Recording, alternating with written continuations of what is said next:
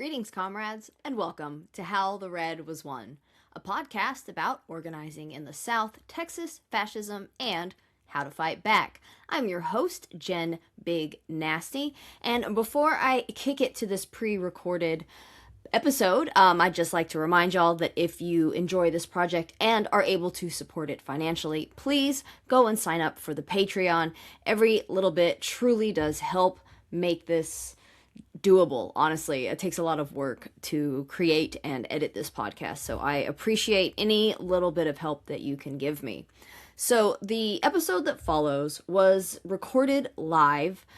This is the third semester now that I have been invited to lecture a friend of mine's sociology class at a local community college. And this is what I titled Communism 101.26, revamped for this year. I actually spoke to 3 classes in a row. I do not know how teachers do it. I was absolutely wiped out after that. But I gave, more or less the same lecture to 3 different classes. I did record all 3 of them. The one that I decided to go with was the second one. First one, working out the kinks. Third one, I'm tired. Second one, I think sounded the best. I did, however, cut the questions at the end from the first class and stitched them onto this, the end of this lecture. My microphone died right at the end of the third class, so I wasn't able to get the discussion with the students recorded from that one. Apologies for that. But, if it doesn't sound perfectly clear, I tried to get it to where you can understand some of the questions that were asked by the students. Some of it is a little mumbly, but I think that by the answer given and the discussion that follows, you can understand at least what the topic at hand was and what the question may have been. So apologies that it's not perfectly clear. It is definitely not easy to record in a large classroom situation. But either way, I hope that you enjoy my little explainer and definitions that I give for some basic terms. And I hope you enjoy it, and maybe it gives you some good talking points when organizing with people in your life. So thank you for listening. Enjoy. All right, y'all. Hello. My name is Jen, and I'm a communist. So I am here today to tell you about communism. I know that can be a big, scary word in our society, and we are quite often told about the dangers or the failures of communism. And, I'm not here to convert y'all to become, dirty, filthy Reds, but just to add a little bit of context and maybe some fact checking to the popular American ideas of what communism is or what a communist looks like. I am not what they call a red diaper baby. I was not raised, with communist ideals at home. My family was more or less liberal. My parents voted for Bill Clinton in the 90s, right? But as I grew up, I realized that what I wanted was to the left of what the Democratic Party had to offer. And so that led to me seeking out and studying liberation theory as an adult. I realized that the systems that we live under were not working for me or anyone else that I knew. So I started learning what else is out there, which is not always easy to find. Our media and our schools are controlled by the capitalists, and they are very much invested in keeping American imperialist capitalism as the dominant political force on the continent. So I'm just here today to share a little bit of what I've learned along the way as just a regular working person with debt and fears for the future. But I also have the free will to have read a lot of books and talked to a lot of other working class people. So we're going to start with some definitions. These are probably things that Dr. Allen is going to ask you on a test. So what is communism? There are several different flavors of communism. There's Maoism, there's Trotskyism, council communism, classical Marxism. So many different little sects out there. I personally am a Marxist-Leninist. That is the sect of communism that is followed or was followed by the Soviet Union, and is currently the model that China and Cuba and Vietnam follow. So during this next hour, when I say communism, I am referring to Marxism-Leninism because that is what I study. So communism is at its core two things. It is one, a scientific lens that we use to examine our current and historical conditions. This is what I like to think of as the Marxism side. It is number two, a guidebook on how to liberate the working class and all oppressed people of the world. And this is what I consider the Leninism part. And I will break that down further after a few more definitions. So here are some terms that I will be using today. Proletariat, P-R-O-L-E-T-A-R-I-A-T, proletariat.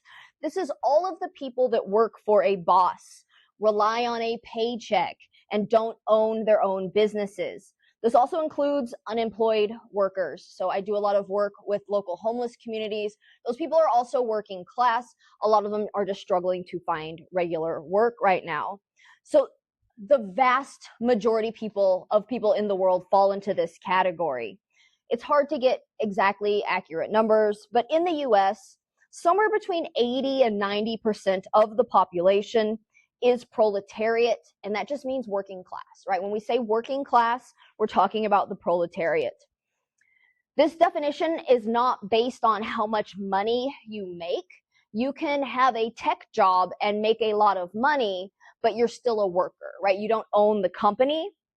So Marxists define class as your relationship to your means of production, okay? What is the means of production? It is the tools of your trade. This is everything you need to do your job. So it's easy to understand this in like a factory setting, right? Literally the tools and machines that are used to build things. But most Americans don't work in factories any longer. We work in service or information technologies. And so if you work at a restaurant, your means of production are the plates. They are the food. They are the menus and the intellectual property that is the menu items, right? If you are like Dr. Allen and you work in a school, it is the whiteboard, it is the desks, it is this building, it is his computer, the lesson plans, right? So he doesn't own those things, right? The school owns those. His boss owns those things. I coach boxing. I do not own the heavy bags, right? I work there for a paycheck, okay? So the proletariat, the working class, does not own our means of production. Our boss does, right? Meta owns everything in their office downtown. Under capitalism, the workers don't own the things that we use to work, okay? Workers sell their labor power in exchange for a wage. This can be an hourly wage, it can be a salary, it can be a commission style, but we work in exchange for that wage. So labor power is the mental and physical capabilities of a person. So that can be manual labor, right, if you're digging a ditch, or it can be intellectual labor, like what Dr. Allen sells, his intellectual labor for a paycheck. Another term, a fancy French word, bourgeoisie, B-O-U-R-G-E-O-I-S-I-E. I like to sing the Mickey Mouse song to remember how to spell that. B-O-U-R-G-E-O-I-S-I-E. It helps, I promise. If you have to spell it on a test, it's helpful. So the bourgeoisie is the ownership class. Those are your Fortune 500 CEOs. Those are the people on the Epstein list. It is the billionaires that you can name and shame, your Bezos, your Musk, your Bill Gates. But it's also all of those that fly under the radar that you can't name. It's the people that own the companies, they own the media, they own the hospitals, and they own the politicians. Last class that we will define today is the petite bourgeoisie, the small ownership class. So it's not Mark Zuckerberg. It might be the couple that owns your favorite restaurant.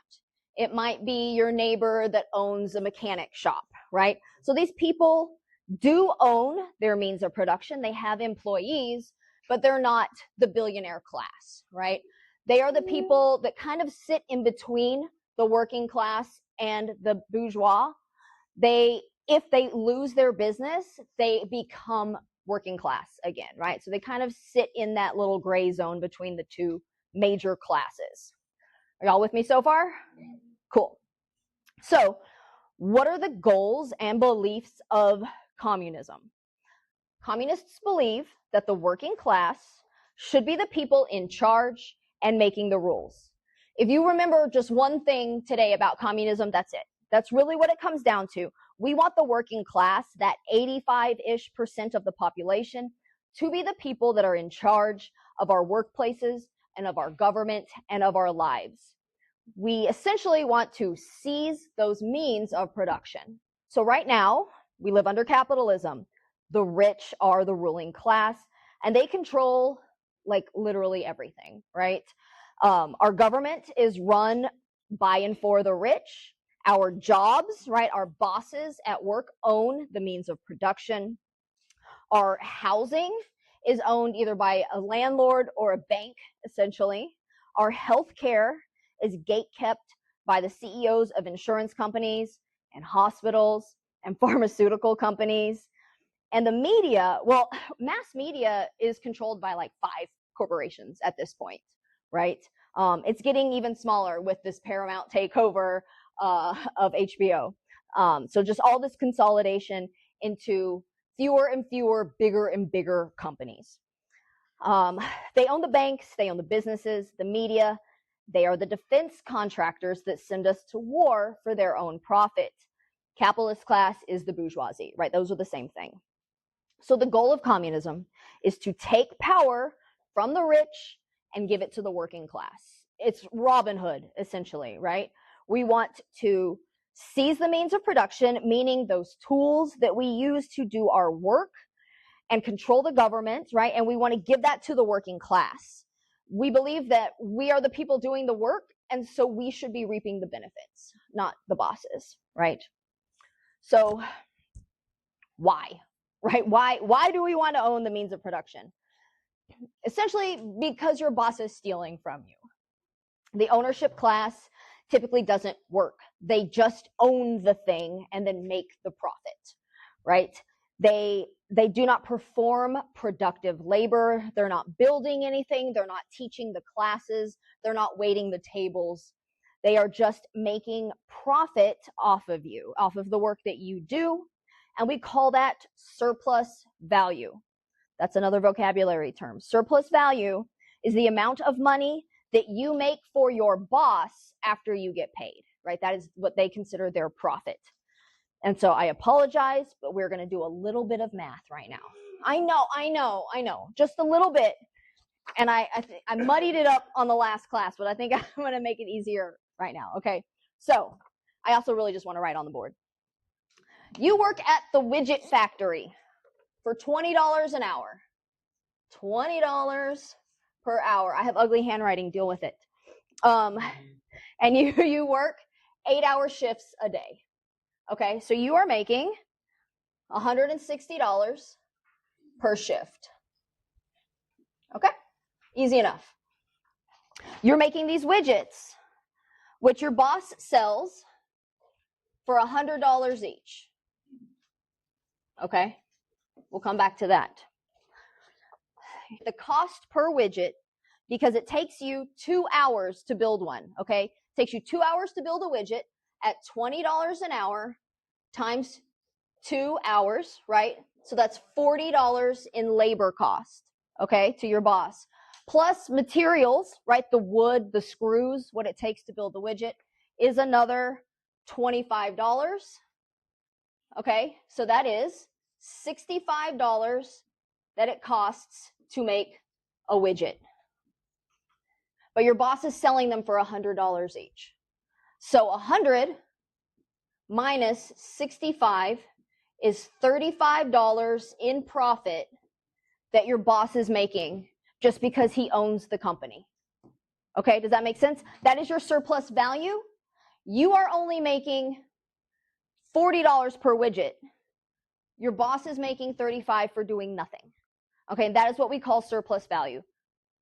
Does that make sense? I can do it again if we need. We're good. Okay. Y'all are smarter than the last class. Don't tell them I said that. I think I explained it better. I know. Sorry. Okay, so that is essentially what we mean when we are talking about your boss is stealing from you. They contributed nothing. You know, sure, they own the company. Most of the ownership class was born into their wealth. They didn't earn it. The wealth in this country was built off the backs of the indigenous and the black folks that were stolen here to work for free. That is where these bosses get most of their money from. Historically, it is just passed down through their families. They do nothing, they contribute nothing, and they're making that money off of your labor. Okay? I'm going to take a quick sip of water. Do y'all have any questions so far? We're good? Okay. Mm-hmm. So, are we using the term like communist and socialist kind of hand in hand with this? Why do you think That's literally what I'm talking about next. Yeah. So literally the next paragraph right here. The terms communism and socialism are very often used interchangeably, but they are actually different things. Essentially, reaching what we call full communism is the goal, and this is achieving a fully liberated human society free of money and class division. We want a classless society. No more working class and bourgeoisie. We want everybody to be equal.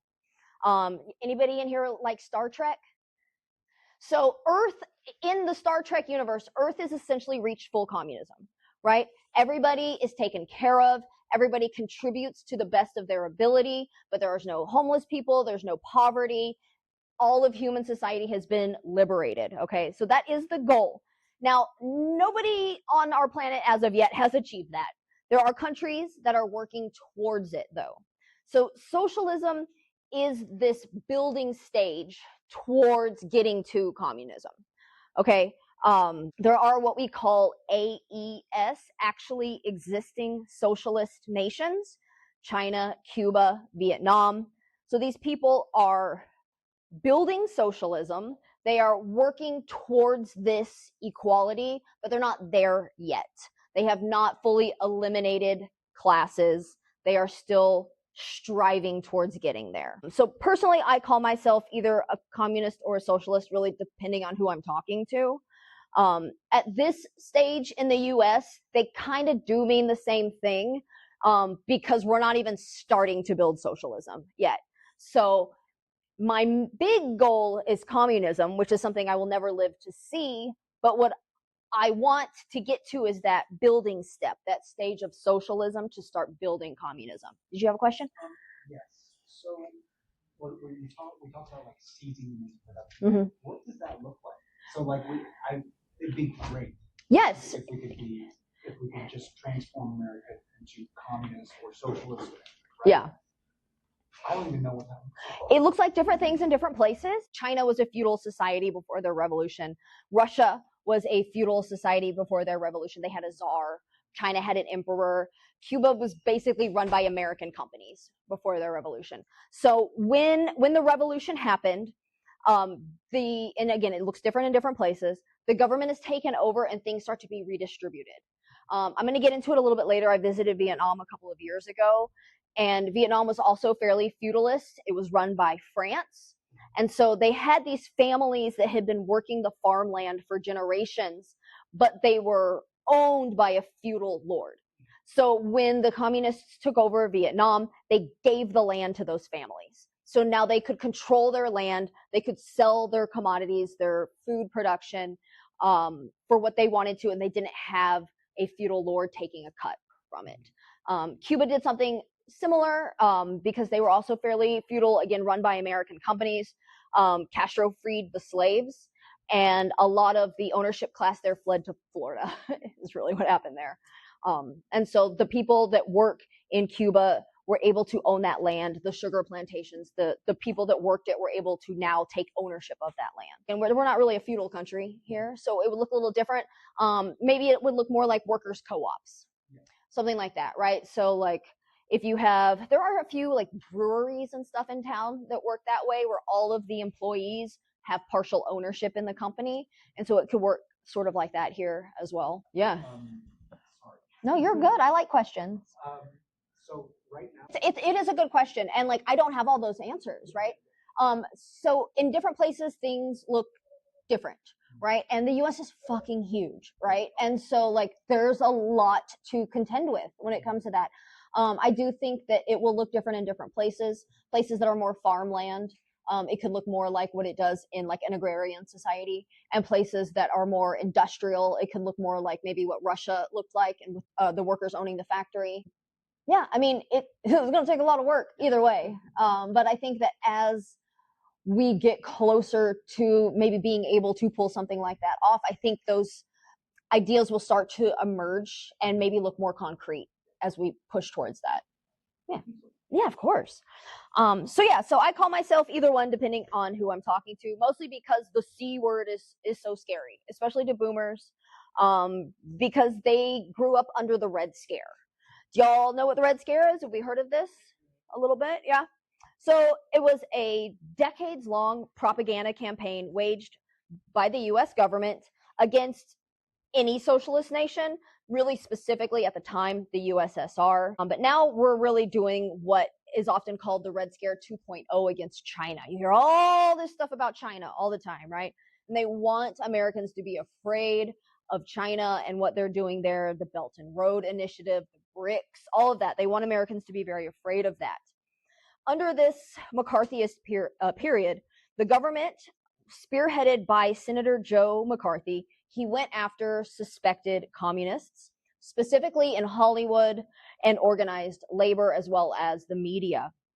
This did a lot of damage to the unions and really took the bite out of the American labor movement, essentially.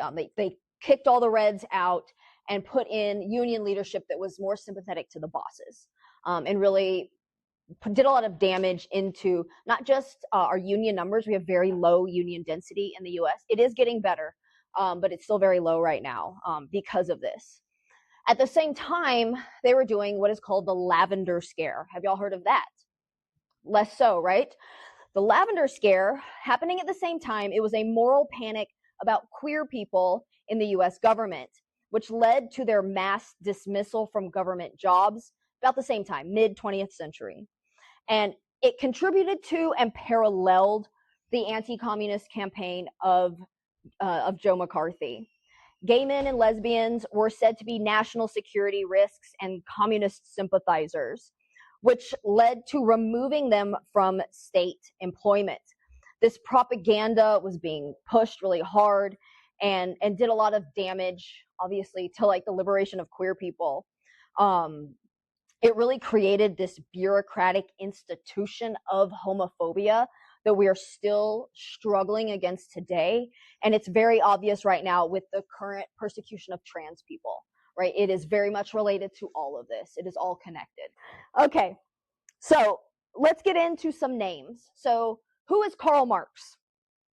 Karl Marx was a German philosopher in the 1800s. He is best known for his analysis of the development of human society and his critique of capitalism, this giant 800-page book called Das Kapital. But he also wrote tons of other stuff, the Communist Manifesto, lots of shorter writings. He wrote most of these in conjunction with his good buddy, Frederick Engels, who was English. And they developed the science that communism is based on, which is called dialectical and historical materialism. So communists often also call themselves Marxists, right? Because we follow this philosophy laid out by Karl Marx. So we're going to get into dialectical and historical materialism just a little bit. So try to stick with me through this. If there are questions, please ask, because this is like the social science side of this, okay? It's history, it's economics, it's math, and it's social science, okay? Ooh, sociology. Okay. The science behind Marxism is called dialectical and historical materialism. So historical materialism is the study of the rules that govern human societies. And we use this to analyze the past, okay? Dialectical materialism is the understanding of how all things are connected and impact each other, of how things evolve and grow over time. And to do this, we look at systems, okay? This might sound similar to Darwin's ideas, and they are in a lot of ways. Darwin and Marx were contemporaries, and they actually wrote letters to each other. Like, these things kind of developed at about the same time. So we're going to get into the meat of this, and I promise I'm going to keep it simple. Stick with me. There are 4 points of Marx's dialectical method. Yes, 4 points. 1, write this down.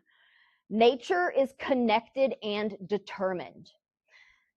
All that means is that you can't understand one thing without understanding the context of everything else happening around it. Nothing exists in isolation.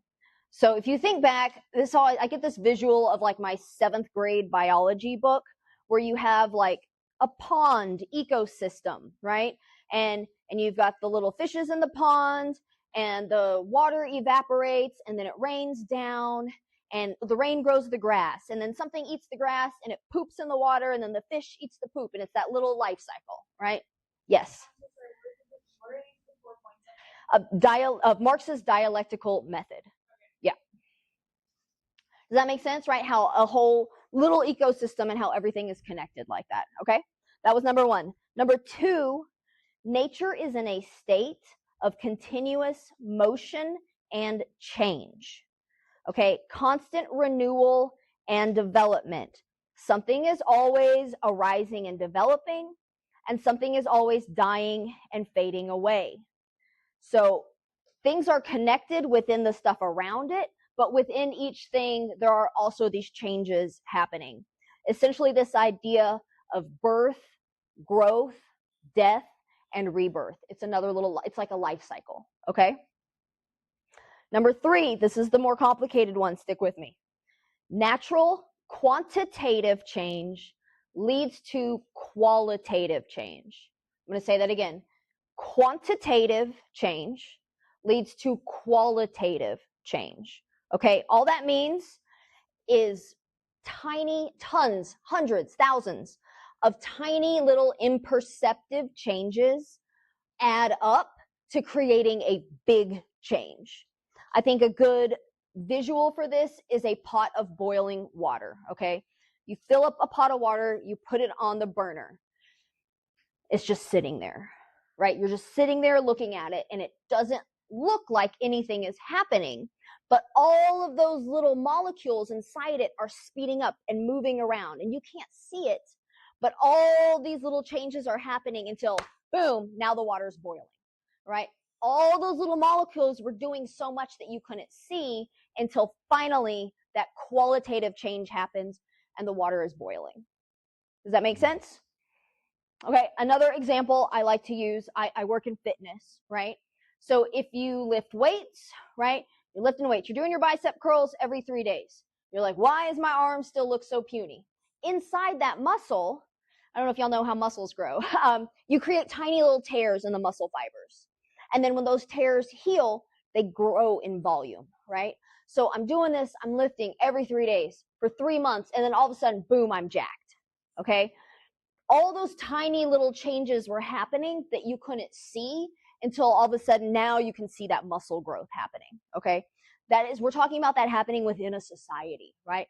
All these little changes, all these little people that want change, that are working for change, and then all of a sudden a tipping point happens and we're able to create a new society. We're able to create a revolution or an insurrection, or something happens, we reach a tipping point. Does that make sense? More or less? Okay.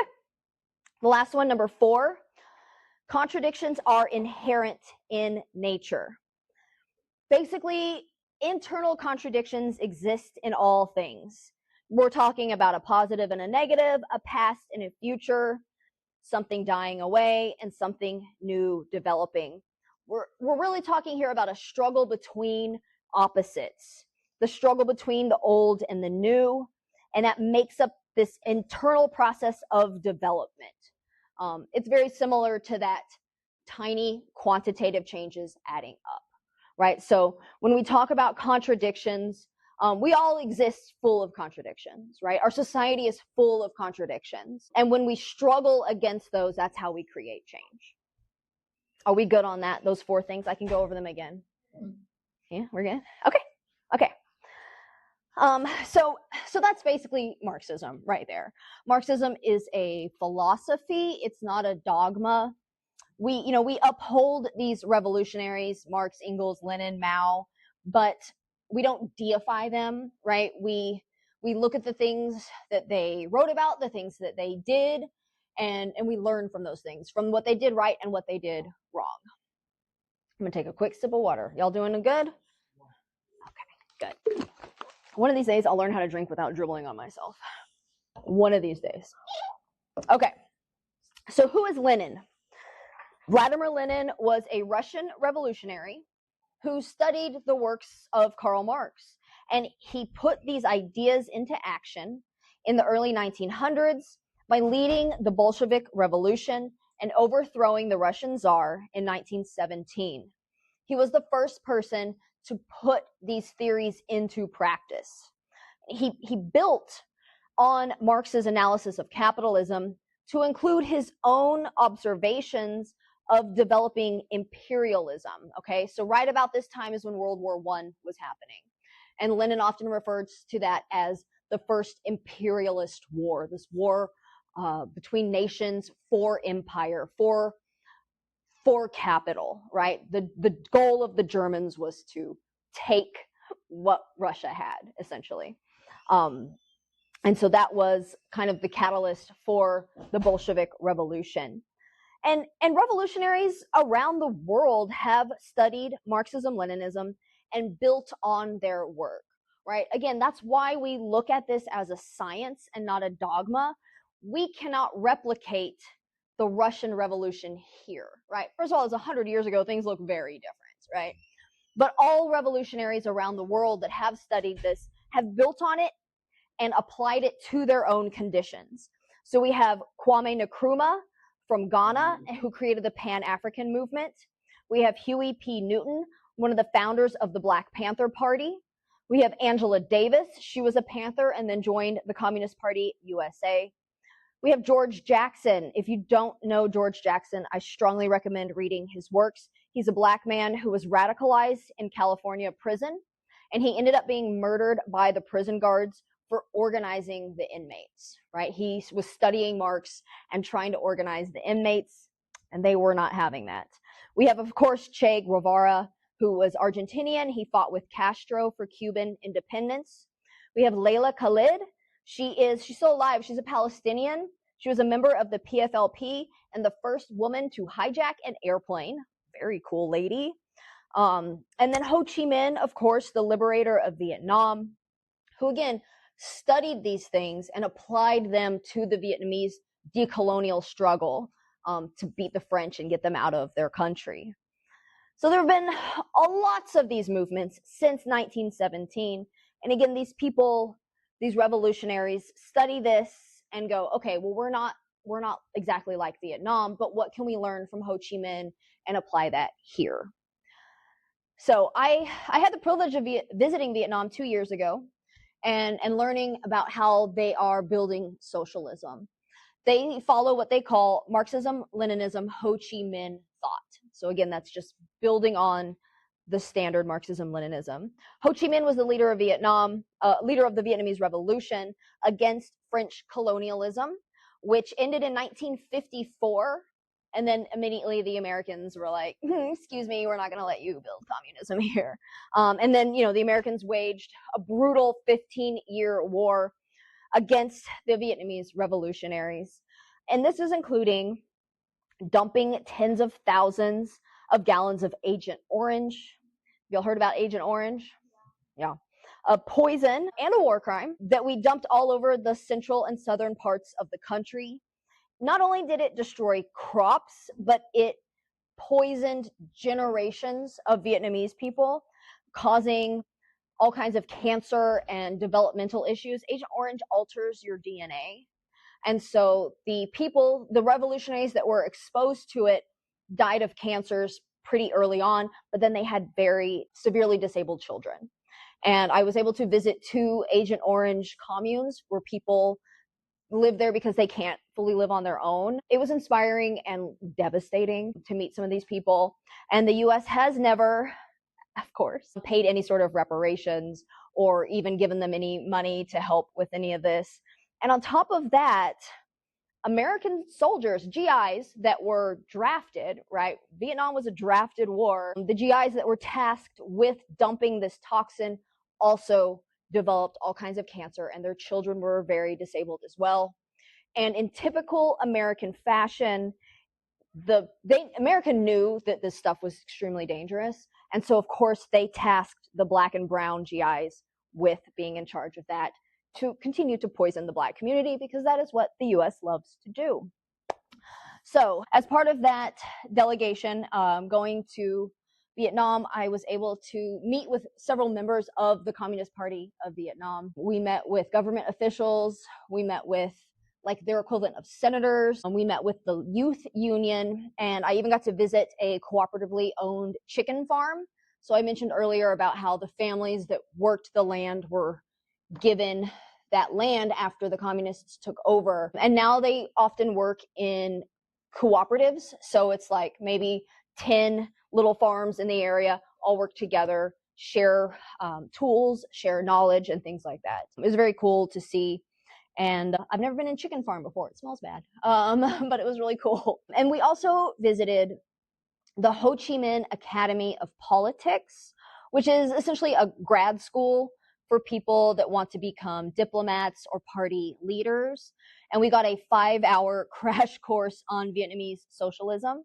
So the following information comes from Dr. Pham, who is the director of the Institute of Scientific Socialism. You are going to want to write these things down. These are going to be on your test, okay? So these are the 8 features of socialism in Vietnam, okay? Number 1, aim for prosperous people. Okay, the subtitles there are strong democracy and nation, and the welfare and well-being of the people.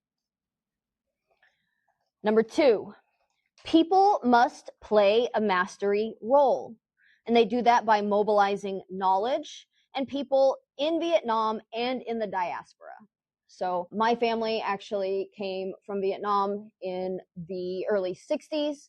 I know what I look like, but my mom is Vietnamese. And so a big part of what they're doing is trying to reach out to the diaspora to get them to come back, and maybe not like move permanently, but just learn about what the country has done.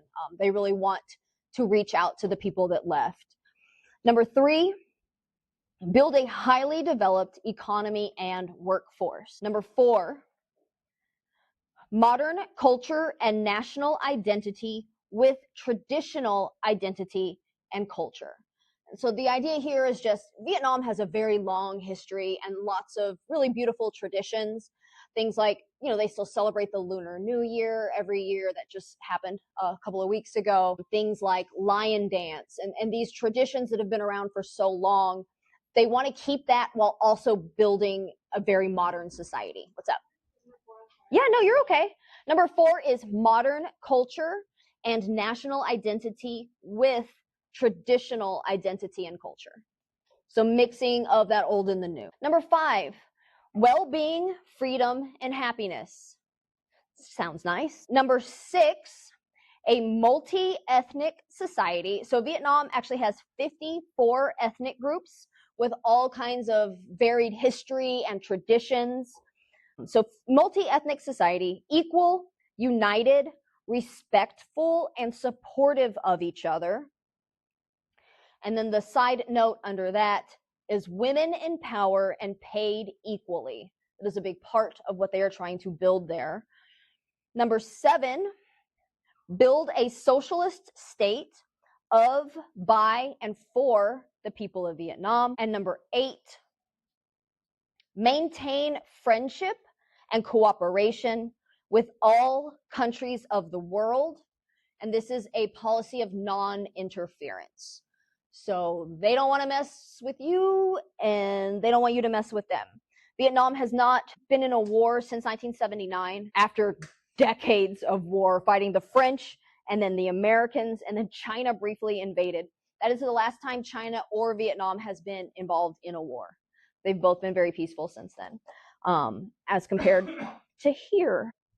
And so those things, those 8 features of socialism in Vietnam, have led to some pretty amazing achievements based on like the global scale of how they measure economies. Vietnam pulled itself from a poor to a middle income economy by doing things their way, right? By building socialism their way. From 2016 to 2019, they were considered a top 10 fastest growing economy in the world. They have a stable political environment and peaceful atmosphere, and that's not being involved in any wars since 79. And they have independence and sovereignty, right? They do the things they want the way they want, and they aren't messed with, which is very important. So, there is a communist movement here in the US. What's up, hon?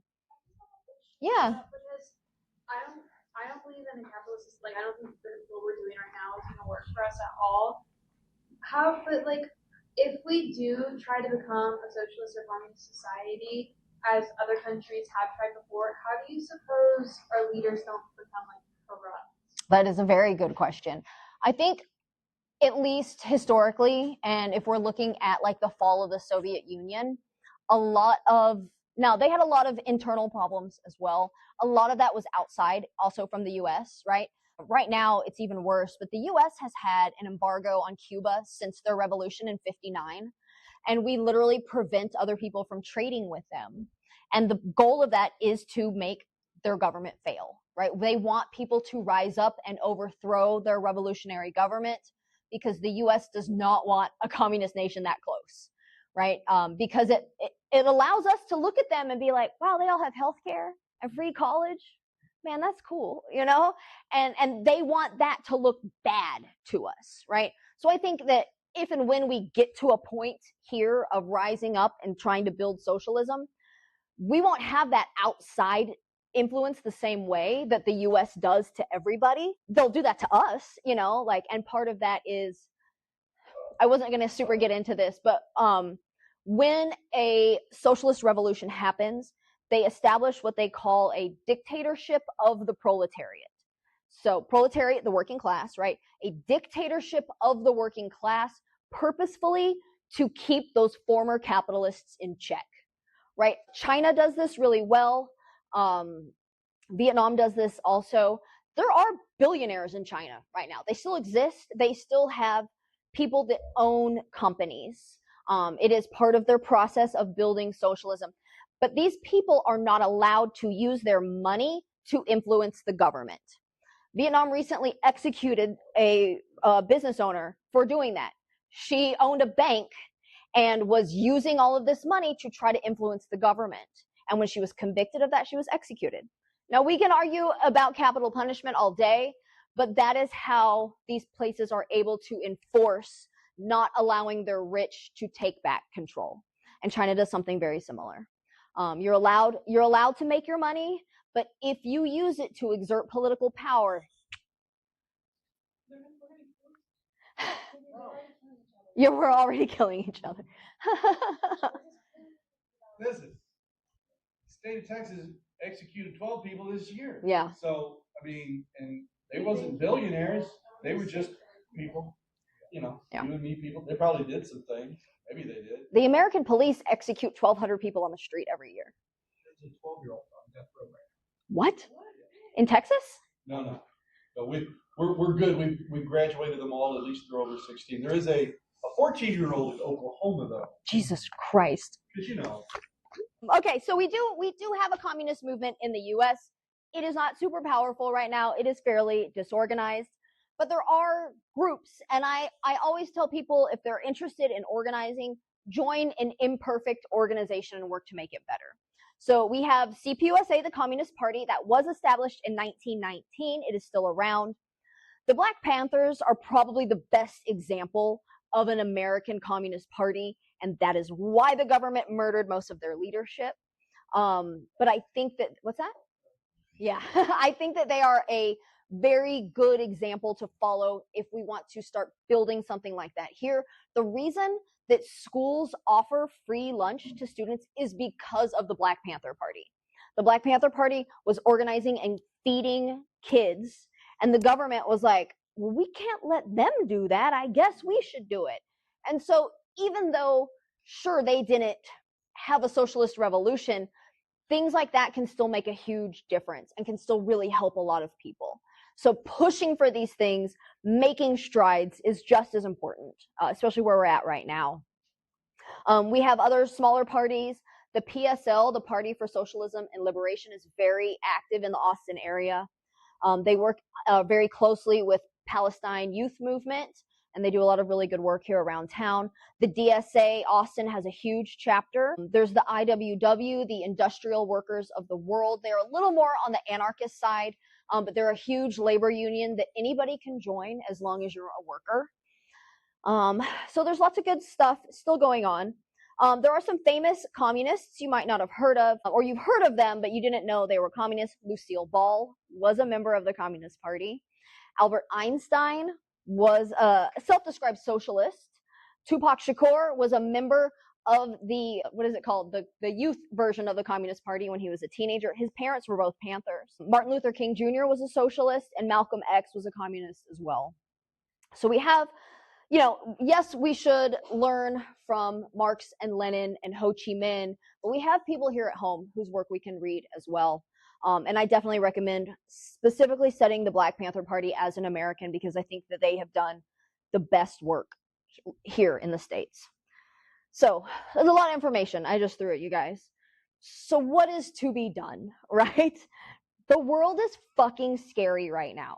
I get it, right? Y'all are almost draft age. It's terrifying, right? And I think a lot of Americans are really starting to understand the damage that our nation has inflicted on the world. The obvious things like war and genocide, but sanctions kill hundreds of thousands of people every year. The obvious one is Cuba, but we sanction so many nations, and that doesn't harm their rich ruling class. It harms their working class. It harms the poor in that nation when they are struggling to afford fuel or food or medication. And on top of that, we also just go in and destabilize countries. The obvious thing, like kidnapping the president of Venezuela. But we do stuff like this all the time, right? Generally on behalf of companies of the ruling class. So the short answer, what is to be done? Organize, educate, agitate, and eventually revolt. We, the working class, are really the only people with the power to make change. Me personally, I work with local homeless communities, and I make educational content. Follow me on TikTok. I also know how to fight. I'm very into fisticuffs. And I like to go out and not fight, but talk to people. I know that it was a weird transition. I like to go out and talk to people, other working class people, people that are scared, people that are struggling. And it's doing these small things on the community level that really is what makes the difference. So I think the group, we should be organizing everybody, but specifically some groups that I listed, obviously workers, the whole working class, homeless folks, our friends and family. I think people that are in prison are obviously especially oppressed. The way the American justice system works is we exploit people that we lock up for free labor. It is essentially, it's not even essential. It is a new form of legalized slavery. Texas doesn't even have to pay prison workers anything at all. Louisiana pays them like $1 a day. But in Texas, you can be locked up in a prison, and those prisons work with for-profit companies, private companies, and you are making, I had a friend a while ago that she sold like nice hardwood floors. And she didn't even know at first that those hardwood floors were made by prisoners in Alabama, making like $1.50 a day. And so we don't often know these things that we buy might have been made with prison labor. And so I think those people, the people that are locked up, are especially important to talk to and organize with as much as we are able to. Queer folks that are under extra oppression right now, we need to talk to them and protect our queer comrades. Women, Texas hates women. We need help too. Immigrants are under extra oppression right now, obviously, with the ICE stuff going on. Everybody who faces racial oppression are always people that we should be talking to and helping organize. All oppressed classes, right? Disabled folks are often left out of the conversation. And, people always ask, like, well, I'm disabled. What can I do? Not everybody has to be a militia member. In fact, people love to glorify that and like, sure, yeah, it looks cool, but most people are not going to be armed combatants. We need people to grow food and to build supply networks, build community, engage in mutual aid, learn to sew, learn to build things, mend shoes, right? Medical networks, right? If you know basic first aid, these are things that the community needs, especially in a place where healthcare is just not reachable for so many people. So, we have to all together protect each other from the claws of fascism to fight and take what is rightfully ours. And that's what it comes down to.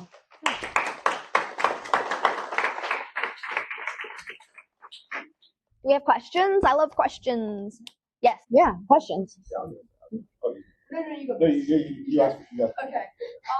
I still don't fully understand because what you're saying sounds Sure. really great, but I'm still questioning why America was so scared of communism. Yeah. I mean, like, is it and why back then? You know what I mean? Like, I feel like more now, it's more apparent with social media, everybody can see it. Sure. Back then, I feel like everyone was kind of like brainwashed. Yeah. And it was easier to brainwash people. What was your answer? I'm curious. Well, sort of, kind of. There's a lot going on. So not only you are correct, communism or socialism is like just a political, like complete opposite of what capitalism is. So that is one problem that the United States had. The other issue is that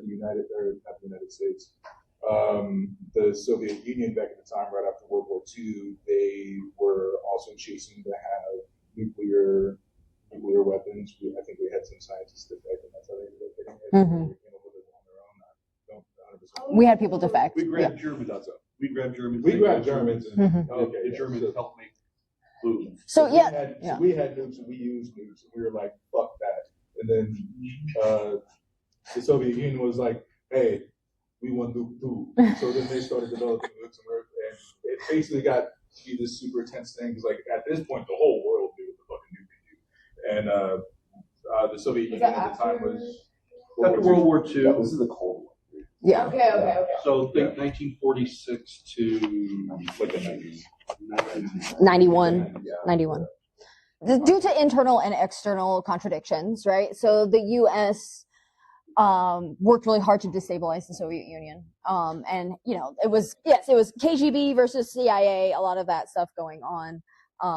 And a lot of the propaganda that the U.S. puts out, there was this Pizza Hut commercial with Gorbachev, like right before the fall of the Soviet Union. And they're like, we have Pizza Hut, right? Like, and it was just this, oh my God, America's so great. We have Hollywood and McDonald's and like that type of propaganda that was like, look how great it is here with all of our money.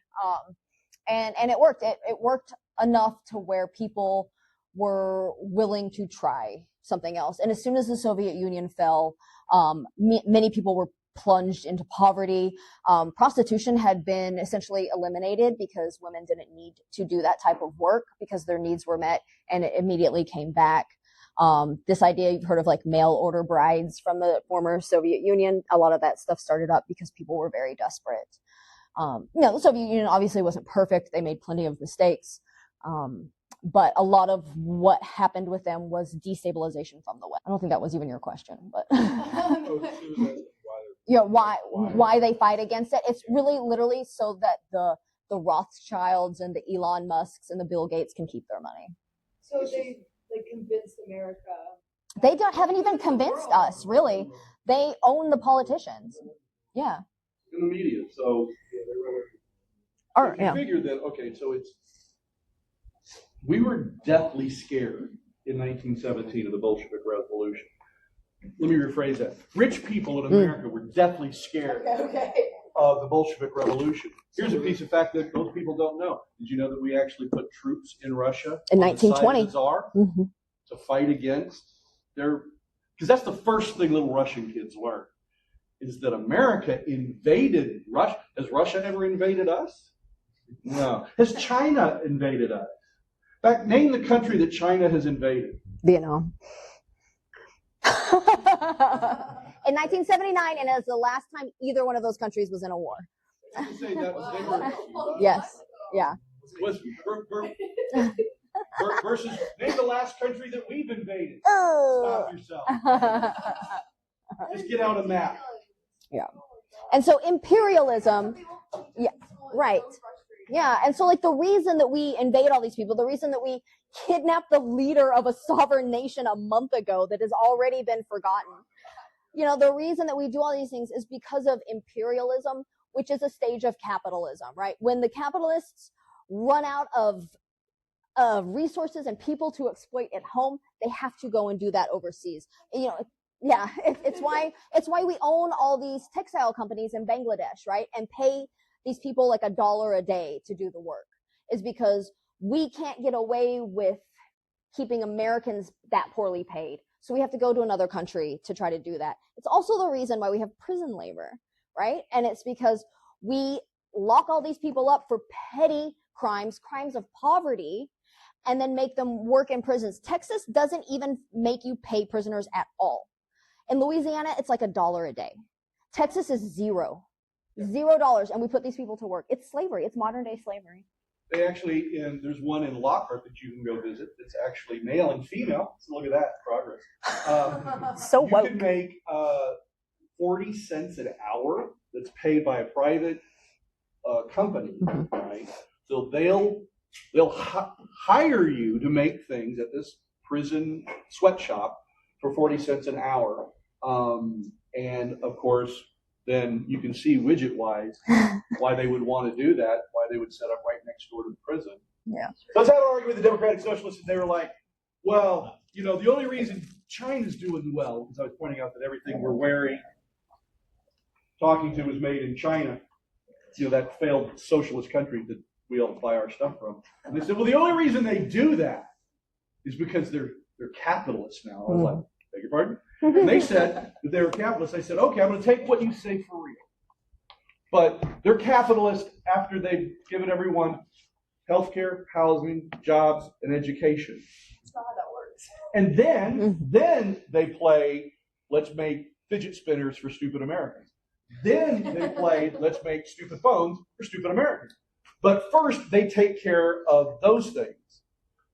So I would argue that the thing is, okay, socialism, you do that first, then you make fidget spinners. In America, you make fidget spinners, and if you can't make enough fidget spinners, you don't deserve housing, you don't deserve education, and health care, you never deserve health care. Don't let anyone tell you that you deserve health care. You're stinking communists. Their taxes, it's so You think like expensive. America may like react like this because of debt? Is it because of debt? No. No, we were this way before we had debt. We were this way back in 1917. So a guy named William Randolph Hearst was a virulent anti-communist. Most J.P. Morgan was a virulent anti-socialist and communist, because they could see if you give the workers power, then I have less money and less power. So I'm going to make sure that those people, because the first Red Scare was actually in 1917 to 1919. They locked people up. Eugene Debs was a socialist. He actually won third place in the presidential race from prison, because we put him in prison for being a socialist. To be fair, back then there was a lot more Christian values based in just the regular population, I believe, back then. 1917, yeah. This was Later, when I show you a picture of a church with a bunch of Klansmen in it, I'm going to say, I'm not going to say define Christian values, but Yeah. I would say a much more ethno-authoritarian version of Christianity. I'll take that. Yes. Because I still think that crusades are just Christian terrorism. Well, they are, but I mean, what I find interesting is that if you listen to that long-haired hippie, Jesus. Jesus, he's all about giving to the poor, living with a bunch of unemployed dudes, 12 of them, wandering around, causing problems. Hell, I heard he even talks to women and lepers, same thing. The point is, he definitely feels that pastors should have 4 houses and a private jet. Obviously, duh. So I would argue that we, as a country, have been amazingly manipulated. Our Christianity is manipulated. Our economy is manipulated to the point that workers don't feel like, wow, I should have education and healthcare. Fun one. We're fighting this Iran war for a country that starts with I in it. You know what they have? Free healthcare. You know what they have? Free education. And you send them money. How stupid are you? I know I'm pretty stupid because I keep paying my taxes, asking for it to change. Well, also during the Bolshevik Revolution, like millions of Christians were murdered. No. Oh. No. No. Millions of people weren't killed in that revolution at all. In fact, a lot of people were dying in World War I, and that is kind of what led to the opening for the revolution in 1917. And it was actually a 2-part revolution. It happened in February, and they created this kind of council government that completely failed, and then that's when the Bolsheviks came in. And now, did the Bolsheviks murder the Tsar and his entire family? Yes. And I'm personally okay with that. Because it prevented them from. I know. It prevented them from retaking power. Now, when China did their revolution, they actually did not kill the emperor's son. They re-educated him, and he became a worker. So there are different ways to go about it. I'm not going to sit here and say like, "Yay, murder all the rich," but I say they Yeah. So, how do you do 5? Sure. Yeah. Question. So I find myself like very aligned with like most communist ideals of like what you presented today. But one question I had was like, you going back on like you said, building communities to kind of like stand up against like capitalist ideals of like just capitalist greed and how they have all the power compared to the 80% of workers that don't. How are y'all building communities strong enough to make a change? Because like you said, like the Black Panthers, like those people, the feds got to them. Right. Like you said, the billionaires just have all the power that they can send in someone that aligns with y'all's ideals. Right. No, it's tough. I mean, do y'all know about the MOVE bombing in 1985? There was, again, the government loves to kill Black people. There was a group in Philadelphia. They were running like a city block, basically like a commune type thing. They literally bombed it from the sky. So the government has a long history of killing radicals. It's terrifying, right? I certainly am not saying that it would be easy to rise up and take over. I think there are opportunities that can present themselves. I think that we have to be very organized as a working class. There are 300 million of us, give or take, right? And there are 800 billionaires, and then the police. But like, as our government spreads itself thin in Venezuela, in Iran, and Russia, and Ecuador, and we're really spreading the oppression thin around, it does give us an opportunity to organize. The government will always respond with violence. I think it's ignorant to think that we could just have a peaceful revolution. I think that anytime even somebody as moderate as like a Bernie Sanders like comes along and starts talking about just very minor wealth redistribution, the oligarchs or whatever kind of really put a stop to even getting him elected, when he probably wouldn't be able to do much of that stuff just as one person, right? So there are very, very powerful forces against us. But I really do believe that because there are so many of us, we can be an unstoppable force. Also, the U.S., the population here is so heavily armed. Like, it's crazy. Yeah. When people are like, what do we do? I'm like, get your guns. Like, ugh. I don't think that's true, though. I don't think that's true. The loud and proud ones, yes. The people with the AR-15 sticker on the back of their truck just bragging about it, yes, right? Yes. But I think a lot of us are also, and we just don't talk about it. You know?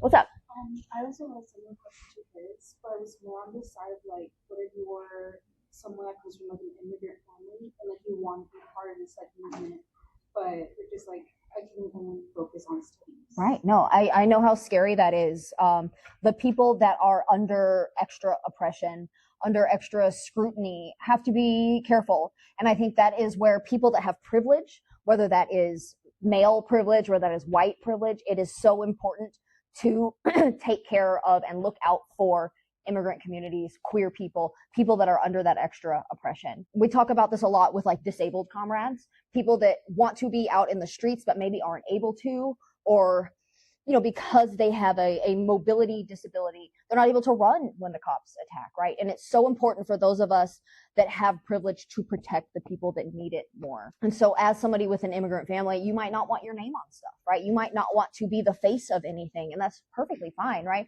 Not all of us have to be foot soldiers. Everybody talks about like taking up arms, but like so many people have to make shoes and mend clothes and grow food, because if and when we get to a point of actually like insurrection, somebody has to take control of those supply lines, right? Somebody has to make sure that diabetics still get their insulin, right? There will be spreadsheets galore to like organize this stuff, right? So yes, it is important to be prepared for the violence the state will bring, but part of that preparation is growing food and driving trucks and distributing things to people as well, and not having to be the out front face of anything. And I feel that it's one of the other things that you don't learn about is they actually did this before. In 1919, there was a general strike in Seattle. Seattle as a city shut down because the war was over. They said, for years you said we couldn't unionize, we couldn't have increase. Well, now the war is over, we want our pay. And the bosses were like, no. And so all the unions got together and they shut that city down for almost an entire week. But before they did that, they had organized soup kitchens, milk distribution for kids. They had patrols of people because the cops were on the side of the owners. But for 5 to 7 days, there wasn't any violence. People got to where they needed to go. People were fed. But they shut the city. When they shut the city down, then the owners got, see if this sounds familiar, the National Guard and the U.S. government to come in, crackheads, arrest a bunch of people, and they closed it down. And they used the fear of they're all Bolsheviks, which is kind of funny since, I mean, it was 1919. Most of those people read at a first grade level. I don't think they were Bolshevik. I don't think they even spelled Bolshevik. They were just working people going, we worked for 4 years during the war. We couldn't have raises. We couldn't do any union activity. The war is over. Where's our pay? You guys, you owners made big bank, and I mean huge bank. War is profitable. Where's our money?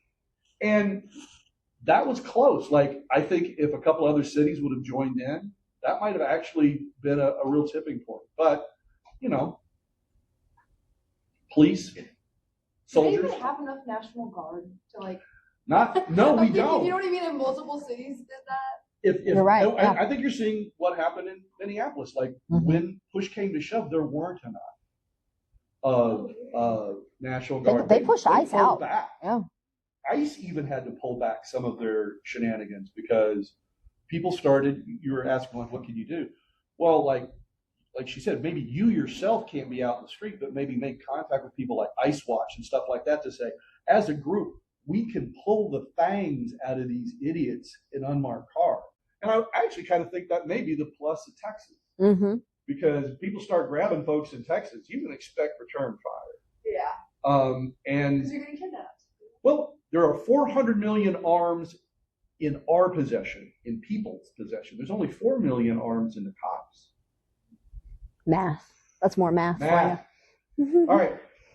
Thank you, guys. This was our speaker. Hopefully you wrote stuff down. Employee ownership in companies, and I'm just wondering how you consider that on the scale, and if you still think of it as like somewhat of like a capitalist kind of functioning like group like of workers, or like more on like the socialist side? Just kind of wondering about. Yeah, there are workers' co-ops. That is definitely a thing that exists right now. There are breweries in town that work that way. Smaller businesses can easily work that way. And essentially, either you take over an existing thing, like buy out the boss, right?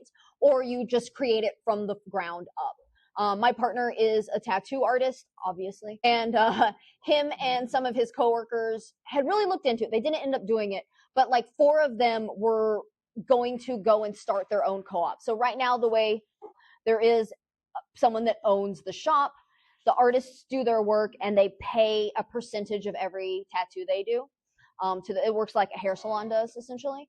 And so they really thought about just doing it, the 4 of them, and then collectively they just pay the rent and they keep everything else that they make.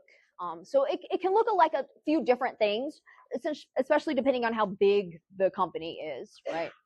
Did that answer your question?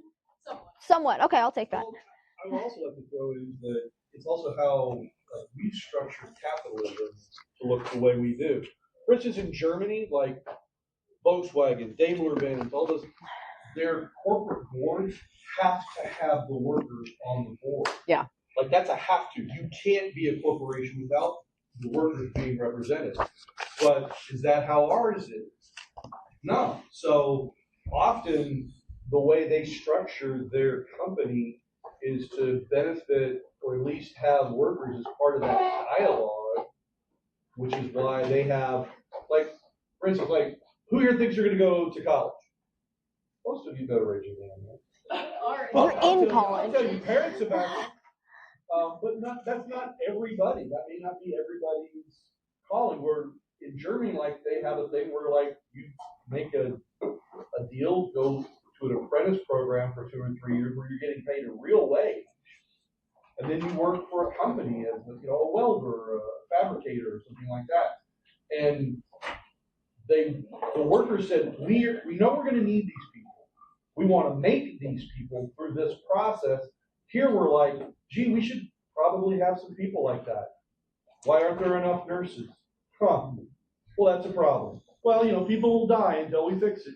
Market forces, where I've noticed, at least in Germany, because being exposed to a lot of these ideas, even though they're very capitalist, they make sure that aspects of workers being represented into these systems are important. I think that could be a way to start turning our system around, unionization and make it like mandatory that workers are represented in those kinds of discussions. Right now, a company could come in, rip up housing, do whatever, and the people that are living in the area get no vote, get no say. I just feel like with the unionization aspect, I feel like anytime a union starts to form, there's companies like Starbucks recently, like 2 years ago, or maybe even a year ago, they were trying to unionize, and the company is stifling these union efforts, and nothing's being done to this company or for these unions, and it's really disheartening. It is, yeah. It is. But arm the unions. Yeah. I would also say that we had a big discussion about voting in the last class. One of the ways that you can do, even though of course I'm a fan of the Democrats, and I love talking about what swine they are. The fact is if we could get some people in there to start change. There's something called the National Labor Relations Board. It has been gutted. It is the hallmark card of basically a sympathy card to the labor union. Sorry, I used to have rights. If that was stronger, as it was in other times, like back in the 40s, it was stronger. Then we could have people making real substantive change in their work environment and putting capital, right now capital runs everything, and it's the first and only consideration. And again, I'm really thinking a lot about these data center things. Because they're like, but I can't remember, there was one in Taylor that was being built. They're like, but it'll create 500 jobs. And I was like, this year. Yeah. And then it's next year, it's a functioning group of computer boxes with nobody running it, taking in all the water and the power in Taylor. and making no jobs. Nobody is, the only person getting rich off of that is a Bezos, is a Elon. Mm-hmm. Mm-hmm. Use city money to build it and then charge you to for use it. Yep. Capitalism's great. Anybody else have questions? That's fair. I get it. So yeah, I saw some people getting bug-eyed about getting drafted. Yeah, that's what happens if we escalate all of this warring stuff. I know that we felt like tough guys against Iraq. Iraq is a country of 32 million people, so that's Texas and Louisiana. Iran is 75 million people. That's everybody in the South. If we put boots on the ground, guys, there's not enough of, be all you can be, I voluntarily joined soldiers to go. Right. And they have something to fight for. Right. And just so you know, I'm on your side, ladies. I'm going to push for y'all to be drafted. I think they can. Well, I think they can. But they're not doing it, but I think I'm fighting for your liberation. You're not? Yeah, okay. I thought that was an Obama era thing. Okay. How old? You're 25, you're fine. 25 is the cutoff age to get drafted. It's 18 to 25. So when you turn 26, you're fine. Well, hopefully it's already happening. I don't like using that term. People like to say that, like, building roads is socialism, libraries. That's just using tax dollars for public good. The military is socially funded. Oh, really? Yeah. I mean, that's why people join. That's why they keep college expensive, is so that people join. Yeah. I'm glad you got out before this.